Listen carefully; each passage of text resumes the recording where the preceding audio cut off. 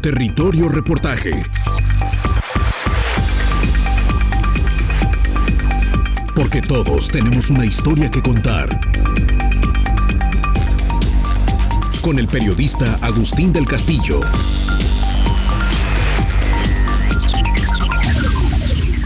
Casi 47% de los habitantes del municipio de Guadalajara viven en zonas donde la ausencia de áreas verdes va de crítica a muy baja, lo que significan valores por habitante de 0 a 6 metros cuadrados. Un mapa del municipio capital arroja fácilmente evidencias de hacia dónde se concentra el problema. Mientras el poniente urbano arroja incluso superávit, la relación deseada es de 12 metros cuadrados por persona, el resto de la demarcación está por abajo. Pero son las áreas geográficas estadísticas básicas, AGEP, en la nomenclatura del INEGI, enclavadas al oriente de la calzada Independencia y sobre todo a partir de la avenida Plutarco Elías Calles, y las ubicadas en torno al Cerro del Cuatro, al sur, las que presentan en algunos casos valores de 0 a 2 metros cuadrados por morador. Estos datos son reveladores del modo desigual en que ha crecido una de las 100 ciudades más pobladas y económicamente más ricas y diversificadas del planeta. Y ha sido, en 30 años, la gran justificación para la existencia del mayor parque público de la ciudad, una demarcación de 4 kilómetros de longitud y unas 110 hectáreas de superficie enclavada en torno al arroyo de Osorio, en una de las áreas más contaminadas de la urbe, el Parque de la Solidaridad Iberoamericana, que cumple 3 décadas en medio de un programa intensivo de mejoramiento por parte de la Agencia Metropolitana de Bosques Urbanos, que sin duda ha dado un vuelco en la imagen de abandono y destrucción que lo ha acompañado buena parte del periodo, a partir de 1991, en que los jefes de Estado iberoamericanos acompañaron al entonces presidente mexicano, Carlos Salinas de Gortari, a develar la estela fundacional y la primera etapa del ambicioso proyecto ideado por el arquitecto Fabián Medina Ramos. Este es el corazón de la Guadalajara popular. La investigadora Claudia Elena Álvarez Ortega, especialista en parques urbanos y con estudios en paisaje y en infraestructura verde, no evita la ineludible comparación de este inmueble de los linderos de Guadalajara y Tonalá con el Parque Metropolitano de Jocotán, en Zapopan, la estrella de la gestión de parques en el poniente rico y extenso de la conurbación tapatía. También yo me podría pensar, no hay comparación entre lo que tiene invertido el Parque Metropolitano con lo que tiene invertido el Parque de la Solidaridad. Es un parque mucho más bonito, por decirlo de algún modo. ¿Por qué esta inequidad también? Bueno, es más bonito, es relativo, porque a nivel paisajístico uno puede ver una gran variación dentro del paisaje, salidas y fugas visuales interesantes, la parte del río, que en el Metropolitano, pues el cuerpo de agua no tiene ese... Lo han hecho en la cuestión recreativa y pues sí, ahí hay quienes invierten, quienes le interesan las concesiones y quienes quieren estar, pues... Como buscando hasta el marketing, imagen, ¿cómo se llama? Buscar que te pongan una parte de publicidad dentro del parque, ¿no? Y en el Solidaridad, ¿no? ¿Quién le invierte? Muy poca gente. O sea... Yo creo que ahí tendría que empezar la agencia en el modo de forma más hábil atraer la inversión a este parque, porque es un parque tan grande como el Metropolitano, por ejemplo. Sí, y viene un proyecto interesante de Mario Sheckman, un paisajista de México, que hay que ver cómo se desarrolla. Y también en cuestión de diseño, bueno, hay elementos arquitectónicos sumamente interesantes, pero que no, o sea, la gente, yo que no, o sea, nunca había ido, fui por este interés dentro de la investigación, y me parece, a nivel de paisaje, de vegetación, o sea, que tiene más carácter el Solidaridad, mucho más unicidad dentro de su paisaje que el Metropolitano. El Metropolitano me parece ya un poquito más trabajado, la vegetación ya es mucho más intervenida, no es tanto nativa, y en el Solidaridad sí llegas a encontrar. El problema del Solidaridad también es la parte de los olores, ¿no? Que viene toda la cuestión de la industria. Que nació del saneamiento del arroyo de Solidaridad, del arroyo de Osorio, hace 30 años. Y entonces eso ya te limita, donde dices, quiero tener un parque de contacto con el río, pues no. O sea, de hecho la gente se aísla y trata de no correr en esos camellones o malecones que tiene el Solidaridad. Cuando un cuerpo de agua de esa naturaleza tendría que ser un atractivo, ¿no? Un atractivo, sí, claro. Entonces hay que ver si el proyecto de la agencia puede trascender cosas que no están quizás en manos de ellos, porque es más bien gestión del territorio. Sí, ¿no? muchas veces en paisaje tenemos que trabajar en la parte de limpieza y saneamiento, y eso es lo que los políticos muchas veces no quieren invertir, porque eso implica que no se ve el proyecto y pues, o sea, más bien no quieren invertir en esa parte, no les interesa. La Agencia Metropolitana de Bosques Urbanos tiene apenas vida desde 2019 y ha concentrado una parte importante de su interés en el Parque de la Solidaridad, asegura el gerente de grandes parques de la institución, Jorge Eduardo Villaseñor Pérez. Yo te invitaría a que te des una vuelta, los invito a que vayan a Parque de la Solidaridad y que vean cómo se viene trabajando actualmente. De manera particular estamos apoyando ahorita el Parque de la Solidaridad, con estrategias muy puntuales con lo que estamos recuperando el espacio público. Eso en adición a la inversión que el gobierno del Estado le está dando como tal. Eso es un plus y va a quedar un parque de primer mundo. Insisto, los invito a que nos acompañen cualquier día. Están invitados a que vayan por allá y que sean testigos de la intervención por parte del gobierno del Estado y testigos también del trabajo de mantenimiento, porque lo más fácil es inaugurar una obra, lo difícil es mantenerla, y es ahí donde entramos nosotros. La agencia metropolitana es en lo que se va a centrar, en mantener, dignificar los espacios públicos, más que parques urbanos como tal, o bosques urbanos de la ciudad. Es solamente parte de un reto de mayores dimensiones. ¿Cómo construir una Guadalajara verde? El arquitecto urbanista Jorge Fernández Acosta hace una relación entre áreas verdes y gestión territorial. No puede desligarse el modo en que se ocupa la ciudad, el modo en que sus habitantes se mueven, el modo en que consumen, señala.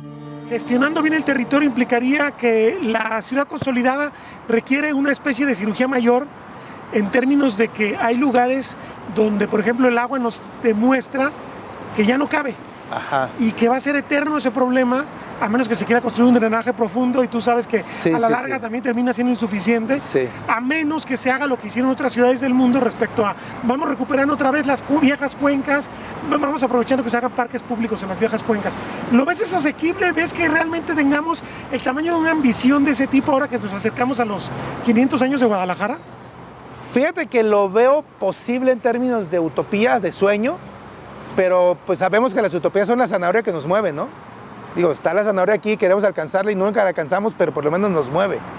Sí me parece posible, pero tendríamos que cambiar todas las estructuras mentales que tenemos respecto de la ciudad, de cómo nos acercamos a ella y cómo se resuelve la vida en la ciudad desde las políticas públicas, desde la misma redensificación. Digo, no quiero que suene presuntuoso, Agustín. Acabo de estar en Egipto hace 3 meses, en el Cairo, y me llamaron la atención 2 cosas muy importantes. Igual no conocí todo el Cairo, pero la zona centro del Cairo es como si me imaginé a la Guadalajara redensificada que están planeándose en los planes parciales actuales. Calles de 7 metros de ancho, con edificios de 15 niveles a cada lado, llenas de ropa colgada, de tierra las calles, basura por doquier, la gente impasible, o sea, caminando por ahí sin mayor preocupación en la vida, es decir, sin un interés por mejorar sus condiciones de entorno. Sí, poco activismo ciudadano. Poco activismo ciudadano. Y digo, se entiende que los regímenes políticos son diferentes allá, ¿no? Pero de cualquier manera, al regresar a Guadalajara y ver espacios como este, llenos de algunos árboles aquí, y decir, bueno, si tenemos la oportunidad, ¿por qué no aprovecharla y explotarla? No somos eso y no queremos llegar a eso. Yo no me imaginaría las colonias de Guadalajara con edificios de 15 niveles o de 9 niveles, con calles estrechas, sin luz, sin asoleamiento, sin ventilación, hacinamiento. O sea, no me lo imagino.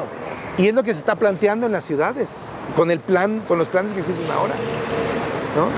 Entonces, sí, ¿por qué no voltear la cara y caminar en el sentido de la frescura, de lo verde, de lo amplio, de lo público? Ahora, ¿en qué medida es una oportunidad esto que le está ocurriendo al municipio de Guadalajara en particular, a la zona centro? El lento despoblamiento. Guadalajara tiene menos habitantes que hace 20 años y parece que es una tendencia que va a seguir, aunque las autoridades se empeñen en regalar casi los terrenos para que se construyan edificios en la zona centro. Sí, yo creo que tiene que ver con hasta otro tipo de promoción de la vivienda, ¿sabes? Tú sabes que en Bruselas, en Bélgica, el gobierno ha construido vivienda para arrendarla de manera muy económica en la zona centro de la ciudad, para reactivar la zona centro de la ciudad. O sea, es una estrategia integral que involucra patrimonio, que involucra vivienda, que involucra infraestructura, renovación urbana, espacios públicos. Pero fíjate, en un país capitalista se ve una estrategia social, no de negocio. Sí, porque el interés está en las personas, Agustín. Exacto. Y aquí el interés no está en las personas, está en el dinero. Acuérdate que de aquella política que decían de Fox, de que no quería vender casas, quería vender créditos de Infonavit. Y por eso aquellos grandes planes de que construimos tantas viviendas que permitió acomodar economía. Y expandir de forma irresponsable la ciudad, que fue lo que pasó en Tlajomulco. Exactamente. ¿Sí? Digo, ese proceso de Tlajomulco es cuestionable desde todos los puntos de vista, y porque la política pública no fueron las personas ni la vivienda, sino la economía. Y acuérdate que sustentabilidad es economía, sociedad y ambiente. Y uno pensaría que Tlajomulco, que tiene 25 años que más o menos se integró a la ciudad, debería haber aportado ya unos 2, 3 grandes parques públicos, no hay uno solo. Por ejemplo, y al contrario, se los comen cada día más. Y sigue habiendo fraccionamientos expandidos. Y allá no piensan en redensificación, ¿sabes? Sí, claro. O sea, como política pública, para nada. O sea, dime cuántas torres encontramos en Tlajomulco. Claro. Ninguna. O la zona acá de la carretera Colotlán, que es el otro de ejemplo, pronto, acá en Zapopan. En Zapopan, ¿no? Desde los molinos y toda aquella parte, ¿no? Es decir, no hay una política de integralidad metropolitana. En el año 1989 llegó al gobierno de Jalisco Guillermo Cosío Vidaurri, y uno de sus proyectos ambiciosos para el área metropolitana de Guadalajara fue el saneamiento de la cuenca de Osorio, en particular la presa. Estoy al pie de la antigua cortina. Esta presa era un vaso maloliente lleno de aguas negras de todas las colonias del oriente de Guadalajara y de Tonalá. La idea fue, después de sacar estas aguas, generar un parque que es el Parque de la Solidaridad Iberoamericana, que se inauguró con bombo y platillo en el año 1991, cuando fue la reunión de jefes de Estado en Guadalajara, en el Hospicio Cabañas, la primera reunión iberoamericana. Acudieron el rey de España, el presidente de Cuba y todos los presidentes de América Latina. Bueno, no cambió, sin embargo, mucho la historia de esta zona. El parque estuvo poco atendido, fue un espacio con muchos problemas de delincuencia, pero sobre todo, el gran tema, la contaminación, no se resolvió. Hemos sido testigos en los últimos años de cómo se ha apostado con dinero público la modificación, la mejora del espacio público del parque, pero usted puede ver aquí conmigo cómo el agua sucia, el agua residual, simplemente libra el parque y vuelve a salir unos metros abajo de la cortina. Aquí estoy en Lomas del Gallo, municipio de Guadalajara. De hecho, esta corriente superficial divide a los municipios de Guadalajara y Tonalá. Así como usted la ve, se enruta hacia el norte y va cruda hacia la barranca del río Santiago. Es agua que contamina el río Santiago. La solución final del problema del oriente de la ciudad pasa porque esta agua deje de afectar la vida de cientos de miles de habitantes de todas las colonias de este entorno. Y bueno, es cuando podremos empezar a hablar de que realmente un proyecto ambicioso como el Parque de la Solidaridad detonó cambios enormes en la calidad de vida de las personas.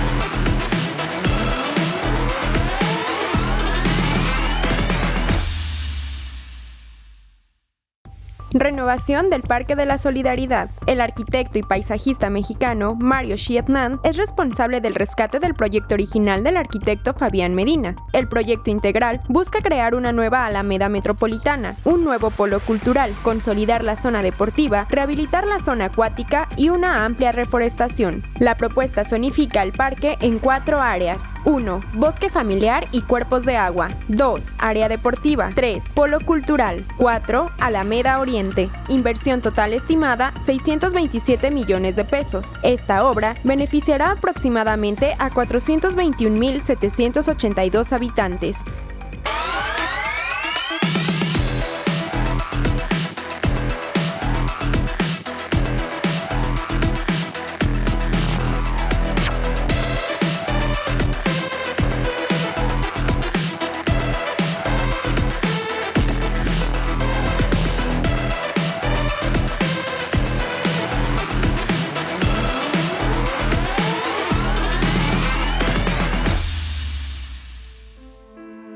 ¿Cuál es la prehistoria del proyecto concebido en 1990 y ejecutado a una impresionante velocidad en menos de un año? La explica el reconocido arquitecto jalisciense Fabián Medina Ramos, autor del rescate ambiental y del proyecto del parque. Se trata de un largo pasado rural que se agravó con la contaminación cuando la ciudad alcanzó la zona en los años 50 del siglo XX. Podríamos hablar de los cauces del arroyo del Rosario, que se origina en el Cerro de la Reina, en Tonalá, y que ahora está prácticamente ocupado, urbanizado por Loma Dorada.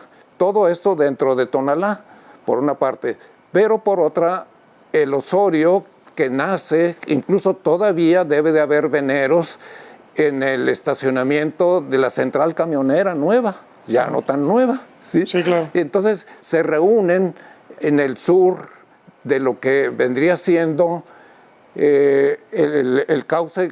Ahí pierde el Rosario y sigue llamándose Osorio, pero hay una pequeña presa que estaba bajo las aguas, la presa del Laurel. Incluso hay la calle principal en Tetlán y de esa zona se llama Presa del Laurel, construida en 1903. Ahora, en 1903 el gobernador era Luis Curiel, que fue el primero que hizo hincapié y fueron las primeras obras del entubado del río de San Juan de Dios, cerca de la estación del ferrocarril y cerca del Agua Azul. ¿Sí? O sea, ahí sí es la historia viva de la zona hidráulica de Guadalajara, ¿no? De los recursos hidráulicos de Guadalajara. Y si hablo de Luis Curiel, también habría que hablar de los colomos. ¿Sí? Sí, claro. Ya que a principios de siglo, en 1902, 3, 5, Luis Curiel, como gobernador, se preocupó porque la ciudad, pues en ese tiempo con 80,000 habitantes, tuviera áreas verdes, áreas libres, áreas boscosas. ¿Sí? Bien, entonces la presa del Laurel, que todavía existe la cortina y que se descubrió cuando se desecharon las aguas negras y las aguas contaminadas de la presa de Osorio. Entonces, ¿la presa de Osorio es posterior a la de Laurel? Claro. La presa de Osorio es del final del principio de los 40, ¿sí? Y se hizo para riego de la zona de hortalizas, de toda la zona. Y esa zona de hortalizas dio origen al mercado Felipe Ángeles. O sea, la gente del oriente, y todavía el mercado de Felipe Ángeles existe, la gente del oriente podía comprar rábanos, lechugas, brócoli, etcétera, etcétera. Sí, eso es como su mercado de abastos. Sí, pero directo. Sí. Directo del campesino al usuario, ¿sí? Al cliente, cosa que era muy, muy bueno, ¿no? Pero, pues todo sucede. Se empezó a urbanizarse, a ocuparse, porque son varios ejidos, el ejido de Tetlán, el ejido de Coyula, el ejido de San Gaspar, y poco a poco fue llenándose de vivienda, sin drenaje. Ahora, y es una práctica, pues, por parte de los empresarios y de los ejidatarios, etcétera, y de las leyes, de la ley de fraccionamientos, porque originalmente la ley de fraccionamientos obligaba a los fraccionadores a construir las redes de agua y de drenaje y las calles. Sí, las calles en cuanto a acabado, la iluminación, etcétera, ya corresponderían al urbanizador, pero el urbanizador tenía que construir los drenajes, las redes de drenajes, pero cambia la ley de fraccionamientos y le deja la construcción de los drenajes a obras públicas o al Estado. El problema de la contaminación hace crisis en los años 90, cuando se elevan sobre la presa nubes de espuma y emanan olores tóxicos. El serio problema de salud, acota Medina Ramos, se convierte en un problema político. Entonces, la presa ya de Osorio empieza a contaminarse con aguas negras, poco a poco. Las verduras y hortalizas no se terminan, se riegan con aguas negras. Como sigue pasando en muchas partes del país, ¿no? Sí, exacto. El agua negra riega muchos hortalizas. Ahora, puede, en un buen sentido, decirse, bueno, es que las aguas negras o las aguas grises pudieran servir así como una excusa, pueden ser un nutriente, siempre y cuando estén relativamente tratadas, ¿sí? Bien, pero en este caso no.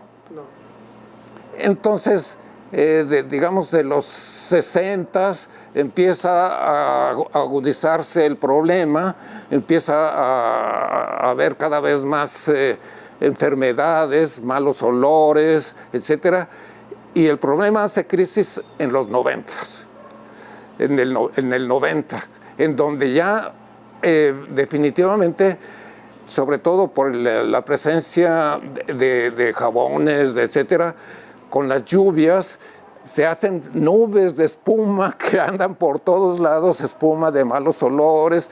Por otro lado, también quiero mencionar, ya me adelanto un poquito, durante las obras nos damos cuenta que no solo eran hortalizas, sino había una serie de saúrdas, de porquerizas en la parte de atrás de las casas. Claro. Sí. Era muy común, ¿no? Sí. En zona rural tener traspatio, ganadería de traspatio. Pues. Sí, tener gallinas, tener cerdos, y tener borregos, etcétera, qué sé yo, conejos, ¿no? Pero entonces todo esto iba al cauce del arroyo y luego a almacenarse al vaso de la presa de Osorio.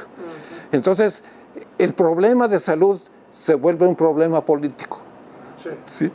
Y entonces este problema político le toca al licenciado Cosío Vidaurri, que en ese tiempo era el gobernador. Exacto. Y entonces, con un muy buen sentido, el gobernador ordena que se resuelva el problema, por una parte. Por otra, me cae la pelotita, ¿sí? por alguna razón, ¿sí?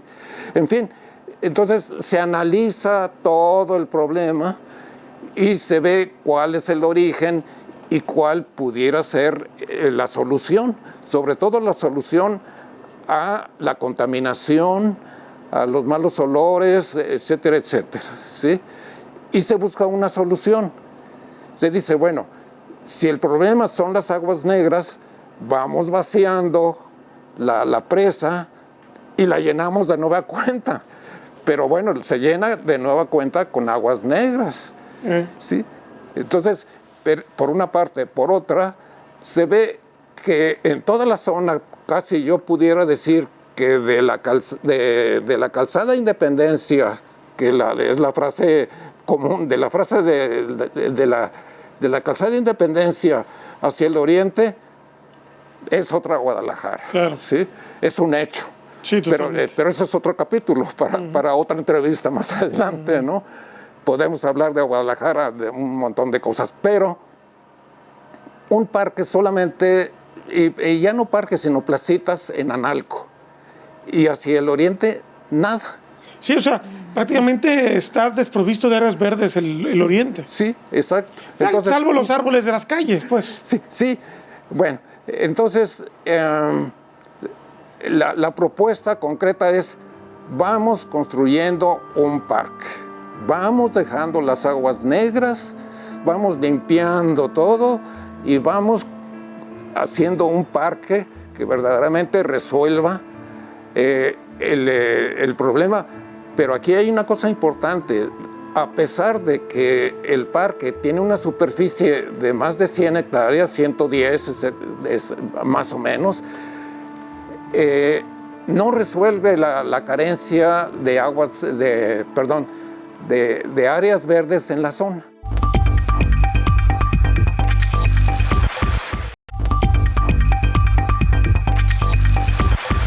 Fabián Medina refiere el complejo proceso para resolver, en primer lugar, la fuerte contaminación del área. Las sorpresas de lo que había al interior del cuerpo de agua fueron mayúsculas, incluso estremecedoras. Se construye un sifón porque, claro, las compuertas estaban trabadas. No había manera de desalojar las aguas más que con un sifón, echando el agua por arriba y luego por vasos comunicantes desalojarlo. Se desalojan las aguas negras en parte porque ese sifón resolvía el problema hasta cierto nivel. Y abajo de ese nivel, lodos absoluta y totalmente contaminados, etcétera. Se mandan a hacer estudios a un laboratorio de suelos y para ver qué grado de contaminación pudiera haber. Y nos dicen, pues prácticamente no hay nada, porque cuando se desalojaron las aguas, entonces la luz del sol está matando las bacterias. Entonces, por el lado de las enfermedades, se podía decir que el problema estaba solucionado. Pero no estaba solucionado el problema de los lodos, por supuesto.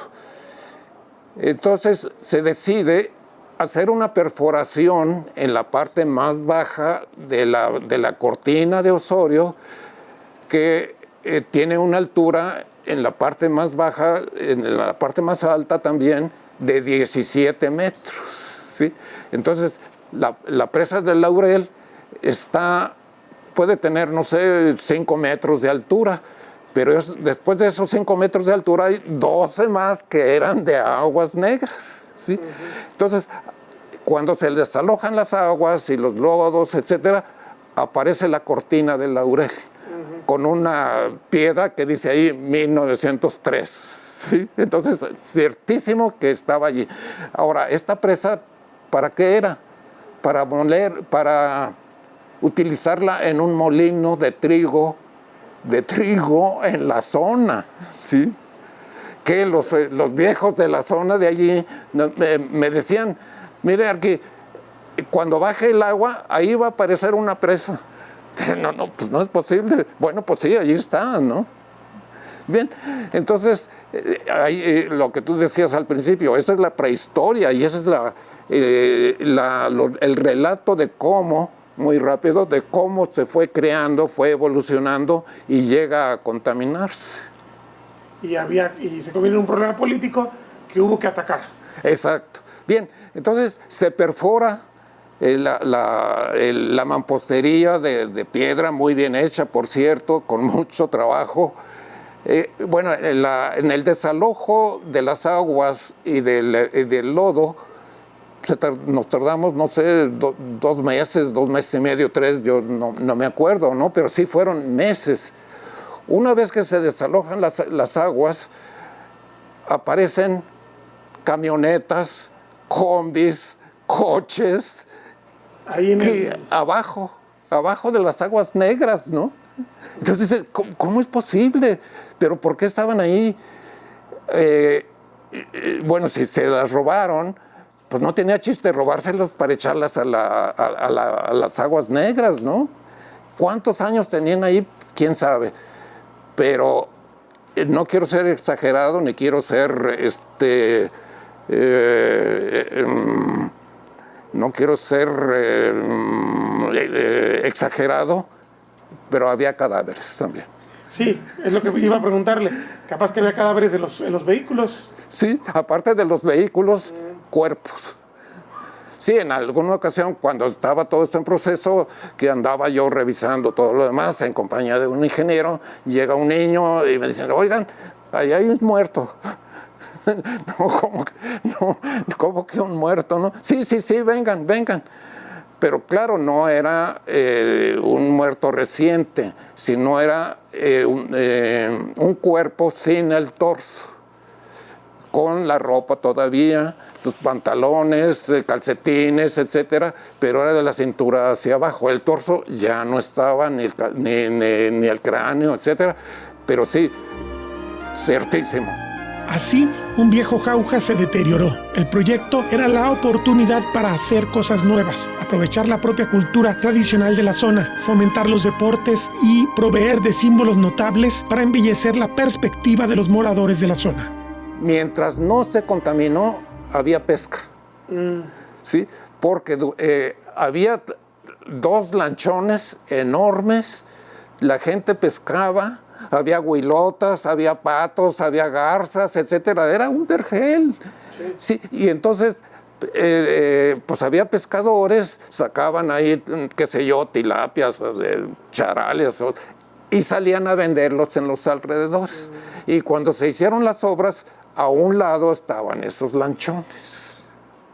Se desenterró la historia. Se enterró la historia. Entonces, esos lanchones pues fueron a dar a quién sabe, no, a la basura. ¿Sí? Sí. ¿Y cuántos cadáveres fueron? ¿Quién sabe, verdad? Quién sabe, porque en el transcurso de, no sé, de 30, 40 años, de los 40 a los 90, digamos de 50 años, sí, que no pasó, ¿no? Claro. Sí. Bien, entonces estamos en que están los lodos semi-contaminados, etcétera. ¿Y cómo los sacamos? ¿Cómo sacamos los lodos? Se hizo la perforación, pero la madre naturaleza nos ayuda. En una noche, en una tormenta de esas que conocemos en Guadalajara, llueve tanto que desaloja los lodos absoluta y totalmente. Se van hasta la barranca. Se van a la barranca de Huentitán. Sí. Sí. Entonces, pues esto ya está limpio, pero de cualquier manera sí era riesgoso porque uno caminaba adentro y de repente pues te quedabas pegado, no podías caminar y entonces tenía que ayudarte para sacarte. Estabas pisando firme, pero tenías medio metro de lodo todavía pues pegajoso, ¿no? ¿Sí? Bien, entonces a partir de este momento, aunque ya se había hecho una propuesta general de en qué iba a consistir el parque, se puede definir claramente cuáles van a ser las áreas que se van a aprovechar en qué. ¿Sí? Había propuestas de arbolarlo, de hacer un bosque, etcétera. Pero nos dimos cuenta que conforme se iba caminando del sur hacia el norte, había zonas relativamente planas. Entonces todo esto podía aprovecharse en canchas deportivas horizontales, ¿sí? Pero también áreas que pues, tenían pendientes muy, muy fuertes, etcétera. Entonces se hace una maqueta ya real de lo que era el fondo y sobre esa maqueta se hace una propuesta en donde ya se puede decir hay zonas de deporte, fútbol, básquetbol, voleibol, béisbol, una zona para uso familiar, etcétera, y también una zona que correspondería al antiguo vaso de la presa del Laurel. Y que ese permanecería como un pequeño lago. Un pequeño lago. Un pequeño lago. Que permanece, ¿no? Sí, pero este pequeño lago otra vez se vuelve a contaminar, ¿sí? Que es uno de los problemas actuales. ¿Sí? Bien, entonces, y cerca de lo que vendría siendo la cortina, ahí tiene una pendiente muy, muy fuerte, tanto hacia el oriente como hacia el poniente. Entonces, en los 90s, más o menos estaba de actualidad Woodstock. Entonces dije, bueno, aquí puede ser el Woodstock tapatío. Aquí se pueden realizar a cielo abierto conciertos de rock controlados con el acceso, etcétera, etcétera.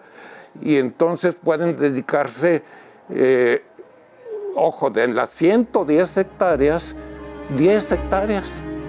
Por eso hubo muchas ideas nuevas con el tiempo no fructificaron, mientras otras más permanecen. Estamos haciendo esto de manera de que pueda hacerse un auditorio de usos múltiples entre 3 y 5 mil espectadores para box y para lucha libre, pero también se desmonta esto y sirve para campeonatos de voleibol, de basquetbol, etcétera. Y entonces se construye este auditorio, que a la fecha yo no sé si tiene uso o no. Entonces, como muy esporádico, ¿no? Todo depende del administrador, ¿no? Bien, entonces, si hacemos una descripción de qué es lo que sucede en la obra, ya no en el proyecto, de sur a norte, hay una parte entre lo que viene siendo la prolongación de Río Nilo, la avenida Río Nilo, hasta Gigantes, una zona más o menos plana, en donde está el Salón de Usos Múltiples. En otro tiempo, incluso se llegó a mencionar, que no me parecía mala la idea, porque también es otra cosa que sucede en la zona, sobre todo en Tateposco, carreras parejeras. ¿Sí? Entonces,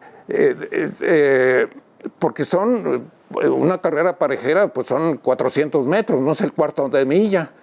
Perfectamente se podría hacer, y con graderías naturales.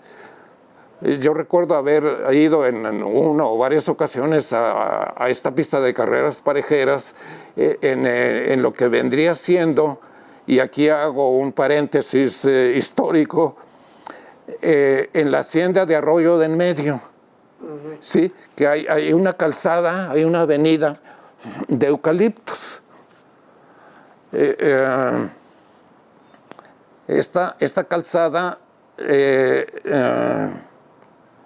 fue hecha por uno de los propietarios de la hacienda de Arroyo de en Medio, que más bien trabajó en la Ciudad de México que en Guadalajara.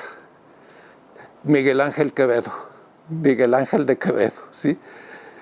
Entonces, el creador de las nociones de los parques nacionales. Incluso un premio ambiental lleva su nombre. Claro. Y él tenía un rancho en Coyoacán. Y entonces lo dona a la ciudad, que son creo que 17 hectáreas.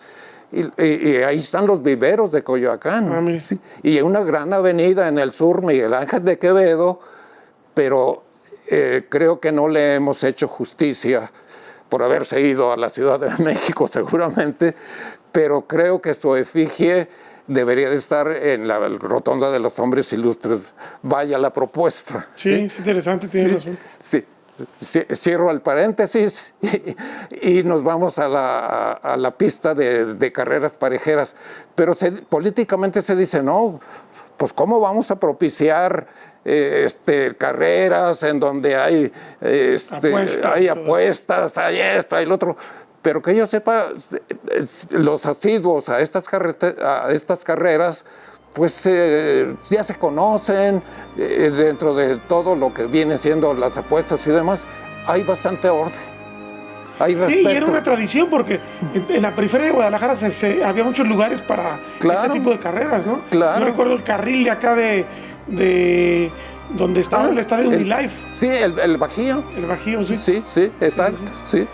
Y entonces, claro, y era permitido. En fin, se cancela esa propuesta y se dice, bueno, ya que está todo horizontal, aquí puede ser un lugar para la feria de Tonalá.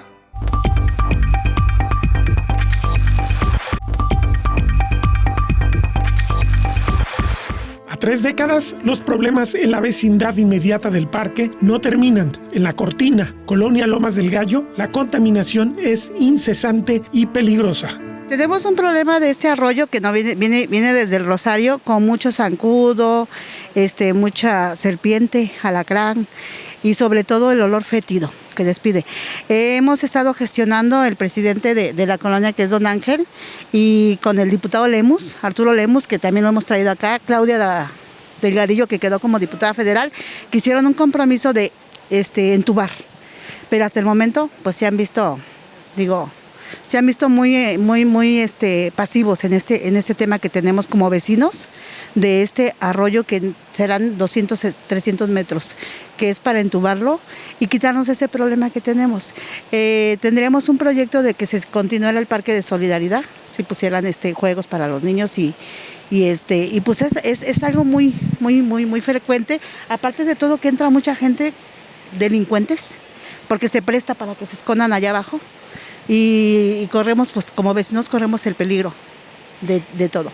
Pero entonces, este canal a cielo abierto, ¿sigue cielo abierto hasta la barranca? Hasta la barranca, O sea, que ese es un problema para todos los que viven aquí, más allá del periférico incluso. Exactamente, pero yo siempre me he preguntado una cosa y digo, si Malecón, que esto convergía con Malecón, lo pudieron hacer en avenida, pues esto es un pedazo que yo considero que no es mucho el recurso que se necesita, es federal.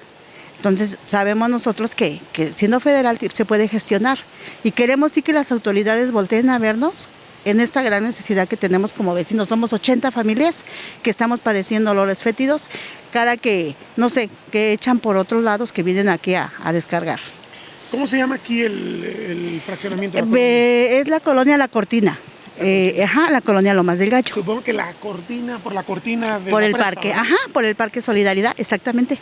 Me dice que usted tiene 20 años viviendo aquí. 20 años aquí viviendo. ¿Cómo era cuando llegó? Pues estaba peor. Si ustedes se dan cuenta, está un poquito mejorado, pues en el gobierno de Alfaro, miró, volteó a vernos, porque todos los gobiernos volteaban y nos hacían caso omiso, como ahorita, pero también él se comprometió a que iba a terminar la obra. Si ustedes se dan cuenta, no está terminada. Si caminamos hacia allá, hacia el colector, la obra, aquí ya se está desbarrancando, si le puede hacer la toma, se está desbarrancando, corre peligro esa casa. Si el río se lo come, pues se la va a llevar. Incluso usan el lugar para arrojar perros, vivos o muertos. En hora de la noche o en cualquier hora del día vienen y dejan perritos aquí, abandonados. Y es un foco de infección porque pues hay niños, hay todo, y usted sabe que los perros, cuántas enfermedades no transmiten el excremento. Y si ustedes ven allá en la calle, hay tiradero de mojones por acá y mojones por allá. Y ya a veces vas pues ahí brincando el excremento y quisiera ver si hubiera una autoridad que se encargara de los animalitos, pues también no les puede uno hacer nada porque pues ya está penado. Sí, como usted dice, vienen a horas en las que nadie los ve y nomás los dejan. Y si hubiera modo de denunciar pues a la persona que venga a tirarlos, pues hay que ver qué. ¿Han hablado de este problema con la policía o con el ayuntamiento? Ahorita no. Ahorita que vinieron ustedes, pues estamos aprovechando eso. Ahora sí, el momento, y si ustedes nos pueden echar la mano, pues se los agradeceríamos. Ahora, ¿qué tan frecuente es esto? ¿Todos los días les dejan perros? Pues seguido, pues ahorita ya yo pienso que hay unos 15 perros que no son de aquí, de la colonia. Y obviamente piden comida y... Pues piden comida y piden agua a los animales. O sea, ese es el problema. Y no se diga de problemas más serios. Por ejemplo, tienen posesión sobre predios ejidales, pero hasta ahora no tienen escrituras. Queremos que si nos pueden arreglar los terrenos, oiga usted de cuenta que pues no tienen escrituras. No tienen escrituras. Y entonces pues usted cree pues como que así no va. Entonces nomás son posesionarios, sí, digamos. Son ejidales, ¿no? ¿Cómo llegaron aquí? Pues un señor que nos vendió los terrenos en abonos. Y por eso llegamos acá, porque pues no teníamos dónde vivir y pues nos dijeron pues barato el abono y por eso vinimos y los compramos. ¿Hace cuánto de eso? Nosotros ya tenemos 22 años porque ya somos de los primeritos que llegamos acá a vivir. ¿Recuerda cuánto le costó el terreno en su momento? ¿Cuánto pagaba por mes? Porque como unos 3,000 por mes pagábamos, pero exactamente la cantidad no sé cuánto porque mi compañero fue el que se encargó, pues yo. ¿Y qué les dieron a cambio? cesión de derechos, ejidal o qué fue lo que... ¿Qué ¿Qué papel tienen ustedes? Tenemos los papeles con que estábamos abonando mes con mes. Ahí los tenemos, y su firma del señor, del que nos vendió acá. ¿Y por qué no ha venido la Coret o alguna entidad del gobierno a la regularización? No han llegado todavía. No sé si vayan a pasar algún día, pero pues ya llevamos a ir usted mucho tiempo. ¿Cuántos vecinos estarán en esta situación? Pues toda la colonia. Son varios, toda la manzana. Es una colonia chiquita, ¿verdad? Sí. ¿Cuántas casas serán? Pues no, la verdad no sé, para decirle, pero sí son más o menos algo de casas. ¿Y todas sin escrituras? Todas así nomás están. ¿No ha habido abusos, que de repente alguien llegue, les invada y les quiera quitar la casa? No, ahorita no. Ahorita está tranquilo. Pero están preocupados porque no tienen sus escrituras. Exactamente, porque ya llevamos tiempo, usted cree, pues no tenemos esos, pues los papeles son los que hacen falta. En otras periferias del parque, las mejoras al inmueble se leen con positividad. La vida sigue siendo dura, como en muchas partes de la Guadalajara popular, pero no hay comparación con lo que vivieron quienes llegaron hace 30 o 40 años. Aunque todavía parece que, de tiempo en tiempo, vuelan fantasmas en algunas de sus noches apretadas. Aquí tengo como 35 años. Evidentemente le tocó cuando aquí era muy distinto. Sí. Ni siquiera habían hecho el saneamiento, ¿no? Sí, apenas ¿Cómo andaban era? iniciando. Pues estaba muy ¿cómo le quiero decir? Había demasiada delincuencia, muchos muertos, todo. Pero a la vez venía mucha gente y más los días santos, que es en febrero. Y venía mucha gente a pasear, a comer y todo eso, pero hubo muchos ahogados, muchos muertos. O sea, la gente venía a la presa cuando ni a siquiera la presa, existía parque. No había parque. Inclusive mi papá fue el que participó ahí porque antes falleció ya, en paz descanse, para que se hiciera el parque. Y todos sus colonos, todos los vecinos aquí cooperaron a hablar y firmar para que hicieran el parque y la secundaria.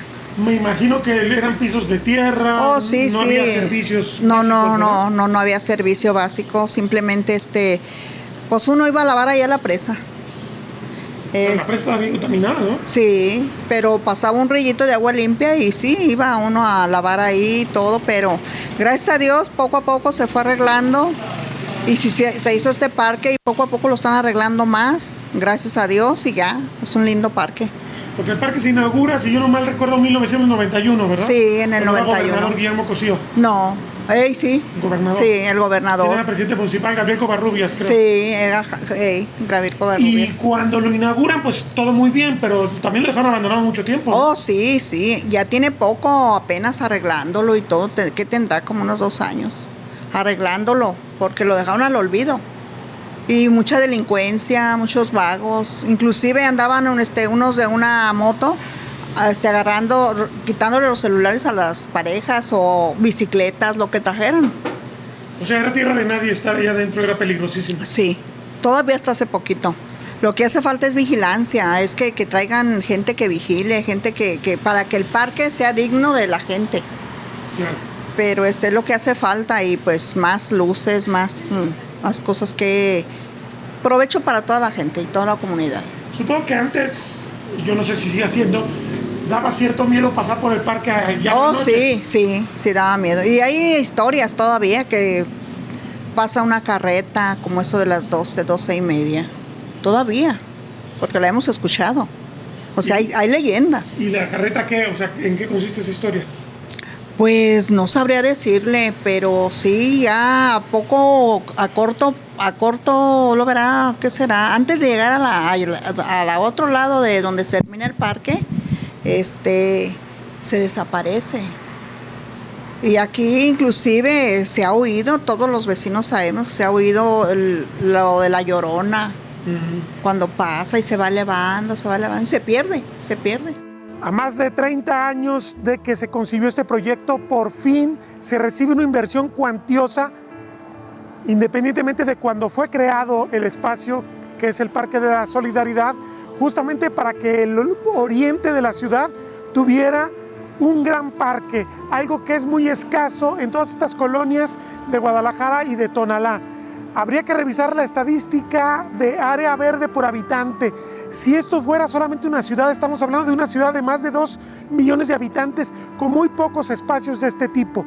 La realidad es que la oportunidad que arroja las zonas de arroyos que están contaminados en este momento y que son zonas federales es la viabilidad de rescatarlos como se rescató este tramo y generar una verdadera red de parques, porque lo que nos están vendiendo es que efectivamente se está mejorando el estado físico del Parque de la Solidaridad.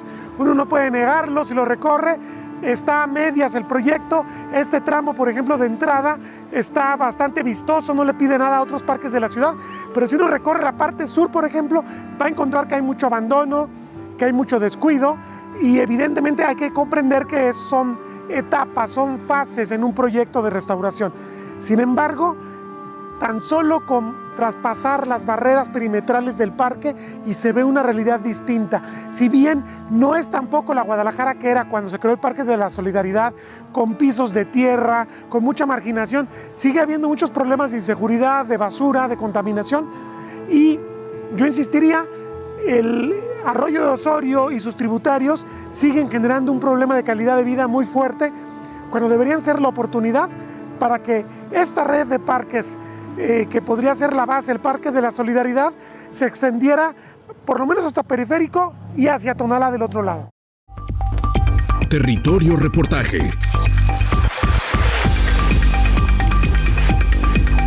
Porque todos tenemos una historia que contar. Con el periodista Agustín del Castillo.